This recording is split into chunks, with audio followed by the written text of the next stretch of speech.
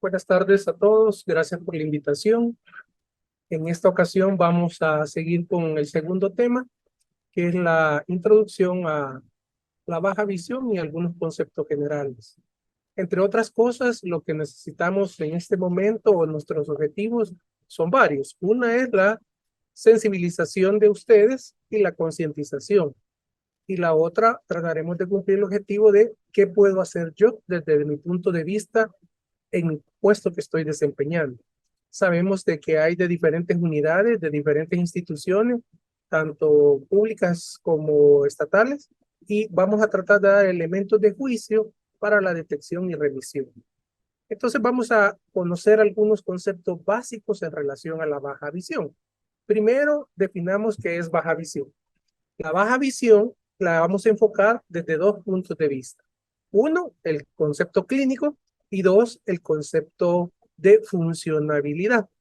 En la presente charla le vamos a dar mucho énfasis a la funcionabilidad con el objetivo de que entendamos algunos comportamientos, ya sea posturales, de marcha o inclusive algunos comportamientos de las personas que tienen baja visión. Entonces vamos a ir haciendo una mezcla entre lo que sería clínico para aquellos que se dedican más a la parte clínica y la parte funcional representativa en la conducta del individuo para aquellos que de pronto no estamos tan de lleno en atención secundaria o terciaria. Entonces, como ustedes pueden ver, la OMS define la baja visión como aquella persona que tiene un remanente visual después de tres condiciones fundamentales: haber recibido el tratamiento médico, quirúrgico u óptico, y aún así no lograr las escalas normales de visión, 20/60 en el mejor de los ojos o menor, o una disminución considerable de su campo visual. Entonces tenemos dos elementos: una, la agudeza visual, lo que veo, y dos, el área en que veo frente a mí. Ese va a ser un factor clínico a la hora de aquellos que están en hospitales, una confrontación de campo visual, que lo vamos a esclarecer un poquito más adelante, una prueba sencilla, que es comparar su campo visual con el del paciente y determinar si tiene alguna afectación. Y el segundo concepto que ustedes tienen en pantalla es la parte funcional, es decir, es aquello que me afecta a hacer mis actividades diarias, mis actividades cotidianas, en el orden en que yo esté. Llámese infante, llámese educando, llámese laboral o cualquiera que sea mi edad. Sí, la baja visión afecta a todas las edades. Desde el programa de retinopatía del prematuro, que a veces tiene secuelas de baja visión, que se maneja muy bien en el Hospital Bloom, hasta el adulto mayor, que la causa de baja visión es justamente su vejez, degeneración macular asociada con la edad, cataratas, glaucoma, etc. Es decir, que el campo de acción nos lleva desde prematuros hasta los grandes mayores, es decir, estamos hablando de personas de 90 años, con todos los grupos etarios y géneros. Entonces, el campo de acción es muy amplio. Veamos qué más podemos aprender. Entonces, vamos a aprender también la prevalencia que deberíamos de tener o tenemos como país según la OMS. La OMS sugiere que es el 2% de la población de cada país. Eso si lo traspolamos con la información que está disponible en Internet, que tenemos 6.300.000 habitantes, estamos viendo de que tendríamos 126.000 personas aproximadamente con baja visión en el país, en todos sus grupos etarios, como ya lo habíamos descrito anteriormente. Esto nos lleva entonces a cómo la vamos a abordar, cómo la vamos a detectar y los grados de atención primaria, secundaria y terciaria que tenemos como país.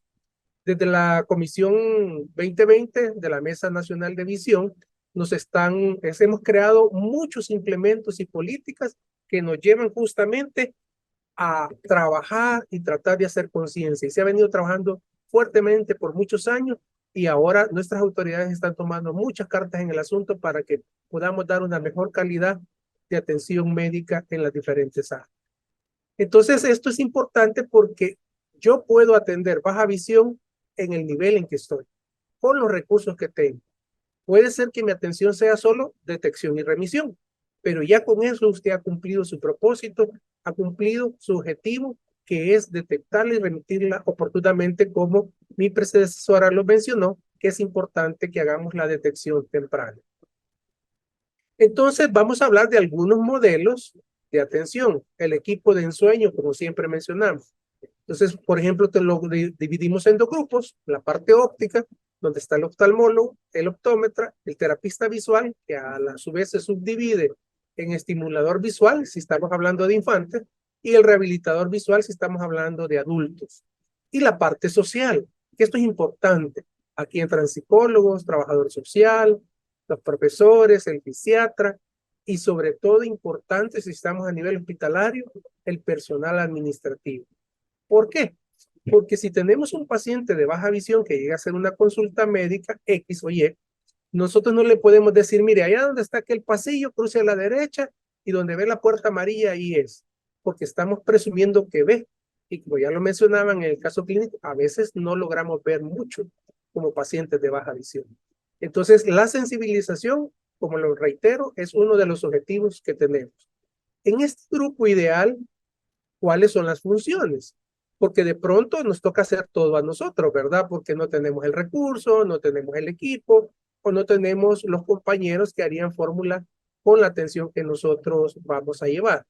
Antes de pasar a la función de cada miembro del equipo multidisciplinario en atención en baja visión, vamos a ver algunas causas, ¿verdad? Y ustedes van a ver ahí en esa lista que de pronto algún familiar, algún conocido tiene este diagnóstico.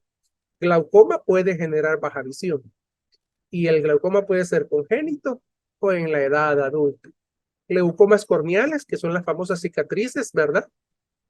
La retinopatía diabética, que no es necesario que a todo el diabético le va a dar baja visión, pero en los estadios 3 y 4 va a empezar a presentar alteración tanto de su agudeza visual como de campo visual. La retinopatía del prematuro la he sobresaltado por la sencilla razón que ya existe un programa muy específico en el Hospital de Niños Benjamín Blanco. La catarata congénita, que fue el caso clínico que nos presentaron, entiendo yo, que hay que retirar esas cataratas tempranas para que la retina termine de desarrollarse y tengamos una mejor expectativa de funcionabilidad con su retina ya desarrollada. Glaucoma congénito otra vez, la atrofia óptica, las distrofias retinales, inclusive hay distrofias de conos, que los famosos daltónicos que conocemos, aunque el diagnóstico es más extenso, ¿verdad? Y también tenemos la retinosis pigmentaria y algunas otras distrofias. Como pueden ver, es variado y tenemos diferentes tipos de diagnósticos asociados. ¿Quién hace esto? ¿Quién hace el diagnóstico de la causa que tiene la baja visión? La hace el oftalmólogo. Y en alusión al programa de Bloom, esto es un índice de referencia para ustedes. Prematuros, menor a 1800 gramos, va variando, a veces ya hay un ajuste en cuanto al peso. Las semanas de nacido, que sea menos de 36 semanas o alrededor de 36 semanas. Ya no tenemos oxígeno, gracias a Dios, en la atención, ya hemos mejorado eso. Y, por supuesto, puede ser causa de que desarrolle algo que se llama retinopatía del prematuro y necesitamos remitirlo. Entonces, si tenemos a alguien que nos llega recién nacido, que lo despacharon del hospital con bajo peso y tiene muy pocas semanas, con hacer un fondo de ojo o un reflejo rojo con el oftalmoscopio para los que están con medicina general es fundamental para su remisión urgente a oftalmología. ¿Por qué? Porque cada programa y cada abordaje de las instituciones va a estar susceptible a los recursos asignados y las metas que tiene. Es de especial importancia que el objetivo de esta charla es que detectemos y remitimos para que puedan tener una atención oportuna. Si son niños, Hospital de Niños Benjamín Bloom, y adultos, vamos a ir viéndolo a medida avance la charla. Entonces hablábamos del doctor oftalmólogo, que su especialidad es justamente la salud ocular, y él hace el diagnóstico y pronóstico. Esto es fundamental, porque les comento, puede ser que el paciente tenga algo que causó una lesión y quedó con baja visión, pero puede ser de que su enfermedad base esté todavía latente. ¿Qué quiere decir? Tuvo un pequeño desprendimiento de retina, tiene retinopatía diabética grado 3. Obviamente el oftalmólogo va a tener que actuar rápido y va a tener que seguirlo monitoreando. La parte clínica es fundamental, es sumamente importante. Esto va a llevar un tiempo, ¿verdad? Y probablemente hayan interconsultas con las otras especialidades y por eso es importante que el médico oftalmólogo, especialista en la salud ocular, dé su diagnóstico y nos dé su pronóstico. Porque de pronto, si el pronóstico es reservado, probablemente el abordaje que vamos a hacer va a ser enfocado a quizás, lamentablemente, suprimir el estímulo visual y enfocarnos más en braille y atender un protocolo de ceguera. Eso es importante. Entonces, el compañero en el equipo multidisciplinario de oftalmología hace su labor al hacer el diagnóstico y el pronóstico. En cuanto al optómetra, en el grupo que hay un optómetra, si no le toca al mismo oftalmólogo hacer esta parte, valoramos 4 áreas específicas. Agudeza visual, es decir, cuánto ve el paciente, pero con la cartilla que corresponde a la edad. No es lo mismo en un prematuro, no es lo mismo en un niño de 6 a 8 meses, no es lo mismo en un niño de 1 año, de 1 a 4 años y sucesivamente. Cada cartilla es específica para la edad. Porque la meta es, las famosas ayudas ópticas que nos presentó la compañera, las calculamos en base a este valor. Esto tiene un valor numérico. Entonces valoramos agudeza visual. Elemento número 2, campo visual, lo que mencionábamos, ¿verdad? Puede ser una alteración de campo central, como ustedes la pueden ver en la imagen primera, una alteración de campo periférico, como lo pueden ver en la imagen 2, y también las hemianopsis en la última imagen, y la alteración de campo no específica, que es la que ustedes pueden ver como imagen número 4. Esto nos permite clasificarlos en grupos funcionales para que nuestro protocolo de abordaje esté asociado a estos hallazgos clínicos. Esto también tiene un valor. Aquel se mide en agudeza visual, que es 20 sobre algo, y este se mide en grados de visión. Campo visual superior, inferior, temporal y nasal, ¿verdad? Entonces, el que nosotros confrontemos nuestro campo visual con el del paciente es una buena señal para ver si puede referirse a oftalmología o si tenemos muchas dudas y queremos mandar algún elemento adicional. Por supuesto que pueden estar afectados los dos. ¿Qué otros elementos vamos a evaluar? Vamos a evaluar la visión de color, ¿verdad? La compañera hablaba del contraste, hablaba de la sensibilidad al contraste y justamente a veces tenemos problemas que se llaman daltonismos comúnmente, pero para efectos prácticos nosotros sí usamos unas cartillas específicas, Ishihara y Farnsworth son algunas de ellas, pero nos da un diagnóstico.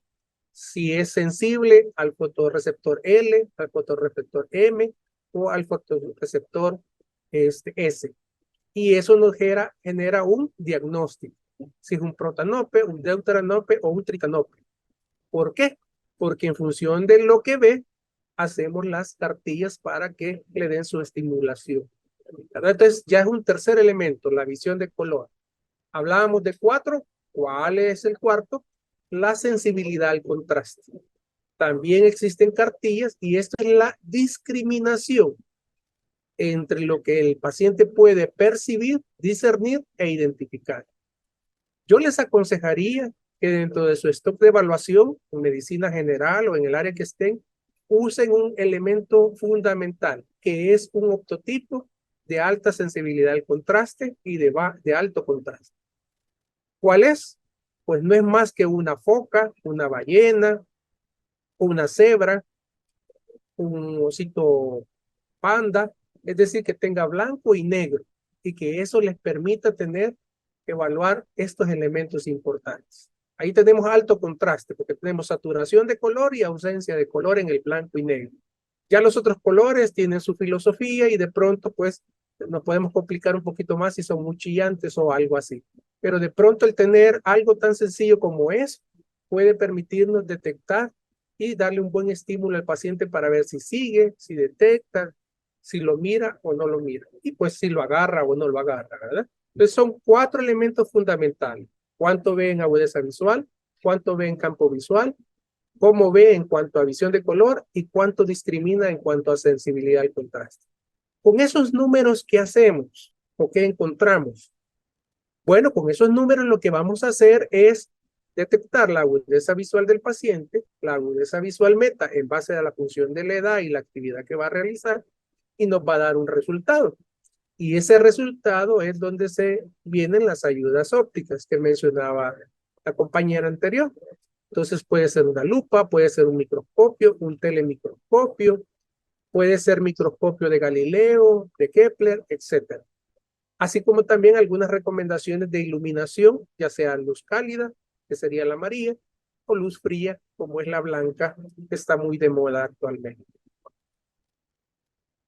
Ahora, esto funciona, esto nos permite valorar la agudeza visual de un niño.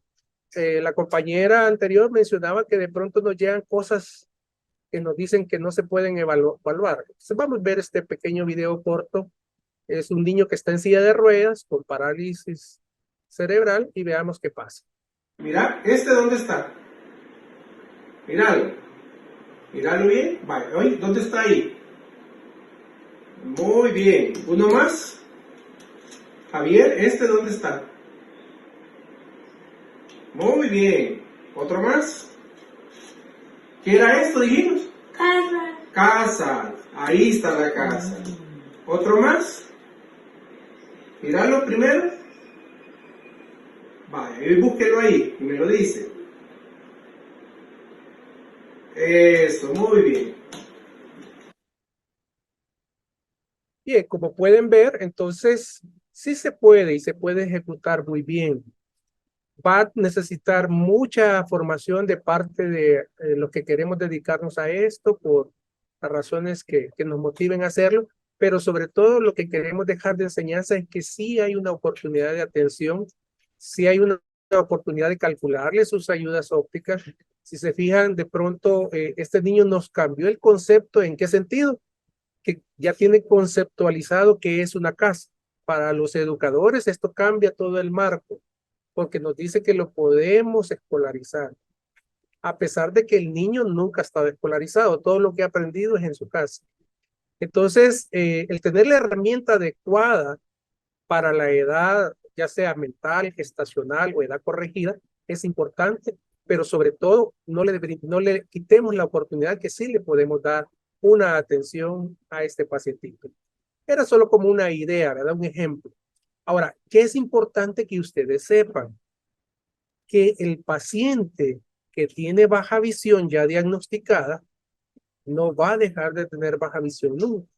Es decir, no es un paciente transitorio que tiene una enfermedad grave, va a pasar por un tratamiento quirúrgico o clínico y va a superar su baja visión. No, siempre va a tener una lesión que lo llevó a tener baja visión. Por eso hablábamos que en el concepto es después de haber recibido tratamiento médico, quirúrgico y óptico. Entonces el paciente de baja visión nunca va a lograr los estándares tradicionales, pero sí puede alcanzar la funcionabilidad, que era el segundo concepto que vimos al inicio de esta charla. Y por eso es importante que nosotros nos esforcemos para remitirlo, para detectarlo o para atenderlo independientemente en el nivel que estemos, para que el paciente alcance su máximo de potencial según sus condiciones características e individuales. Dentro de la política de rehabilitación, la OMS justamente menciona eso, que esto es un conjunto de intervención diseñadas a optimizar el funcionamiento del individuo para que pueda reducir al mínimo su discapacidad, pero no deja de tener discapacidad. Y pues las causas pueden ser agudas o crónicas, como ya lo hemos mencionado anteriormente. Ahora, el Ministerio de Salud ya tiene también la definición de rehabilitación. Esto está en el manual y protocolo de normas técnicas del Ministerio de Salud. Ustedes lo pueden buscar en línea y ya hablamos, ¿verdad?, de que esto es justamente la rehabilitación funcional, como un proceso que lleva a acciones y medidas para restituir la máxima independencia posible según las capacidades físicas, mentales, sociales y vocacionales del individuo, Esto ya es una política, un manual de procedimientos como Ministerio de Salud. Nosotros como servidores de salud estamos obligados a empaparnos de esta información y tratar de cumplir con ella. Entonces estoy haciéndoles un mix entre lo que se maneja internacional y lo que manejamos local. Para ello hay protocolos, ¿verdad? Hay protocolos. Y según el especialista llegamos al tercer miembro, que es el terapista, que es el rehabilitador. Como lo mencioné en un momento, estimulador visual, estamos hablando de niños que le vamos a formar conceptos, le vamos a formar y darle toda la experiencia visual, así como la experiencia de interactuar con su entorno, y rehabilitador visual, aquel que un adulto tuvo un desarrollo de visión normal, pero hubo un incidente que le causó su problema, ¿verdad? Entonces, eso es importante y ahí ya menciono algunas escalas de eficiencia visual como las de la doctora Natalie Barraga. ¿Qué vamos a ver entonces como rehabilitadores? Haciéndole eco a la compañera. Bueno, vamos a ver justamente los elementos ópticos perceptivos y funcionales que conlleva el proceso visual. La percepción, la discriminación, la ubicación, la fijación, el seguimiento, el sacádico, por ejemplo, aquí de los compañeros que están en la unidad de un hospital, yo veo que al principio de la fila que tenemos a alguien de pijama rosado y al final tenemos a alguien que está con un pantalón oscuro, camisa blanca y gabacha blanca. Entonces, eso es sacádico, saltar del punto A al punto B. Nosotros lo hacemos de manera natural, pero de pronto tenemos que reeducar a nuestro paciente para que optimice su funcionamiento. Campo visual y visión de colores son habilidades, todas estas son habilidades visuales, ¿oí? Y entonces nuestro plan de trabajo nos va a ir dando el valor de las evaluaciones funcionales, como lo ha hecho la compañera que tiene su propio protocolo, ¿verdad? Entonces uno lo va afinando a medida, va atendiendo más pacientes y va adquiriendo más experiencia. Sin embargo, hay otra contextualización que ya involucra el procesamiento visual, las otras áreas del cerebro y la respuesta que damos a ese estímulo. Ya hablamos de la percepción, pues que es lo que vemos. La condición visual es cómo vemos. Por ejemplo, aquellos que usamos lentes, si nos quitamos nuestro lente, vemos muy diferente a cuando andamos nuestro lente.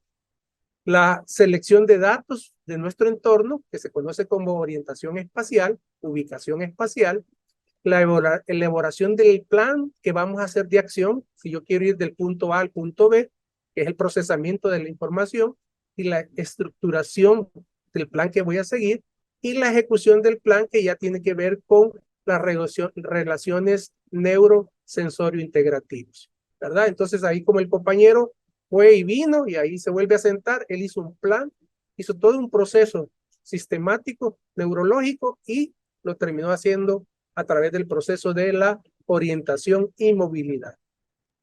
Volvemos entonces, ¿qué es la orientación?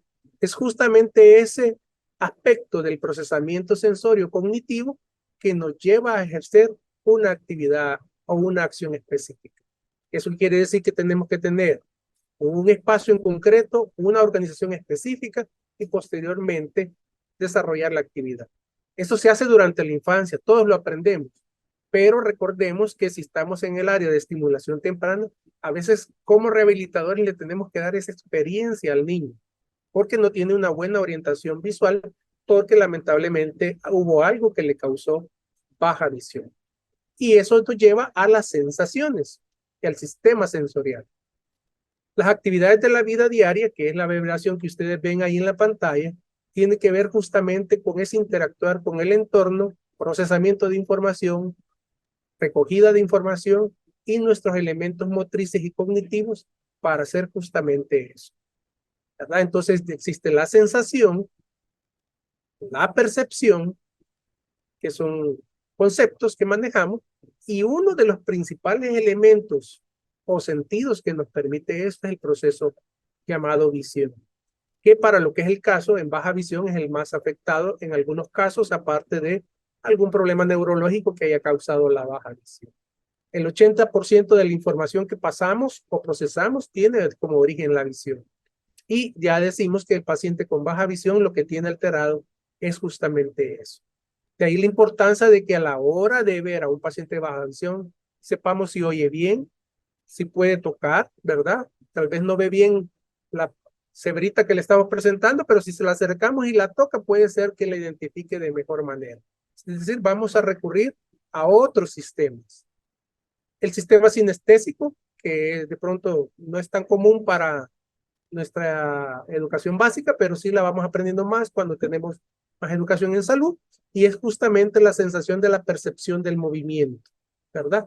Y es justamente esa sensación de la ubicación espacial. Las compañeras de fisioterapia lo ocupan mucho con la multisensorial, justamente para dar la sensación de carga de peso, de movilidad, etc.